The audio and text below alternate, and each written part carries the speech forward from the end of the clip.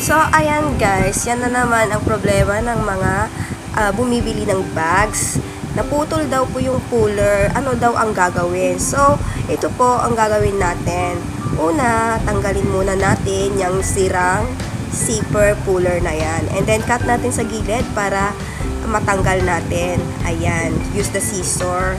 Yan, as you can see, dyan sa gilid, may makikita kayong extension ng zipper na tanggalin lang yung sinulid, and then after that iangat mo yung puller at pwede na natin tanggalin at palitan ng bago.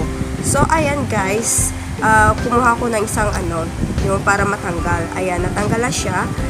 Pagkatapos nun, kumuha po ako ng bagong zipper puller.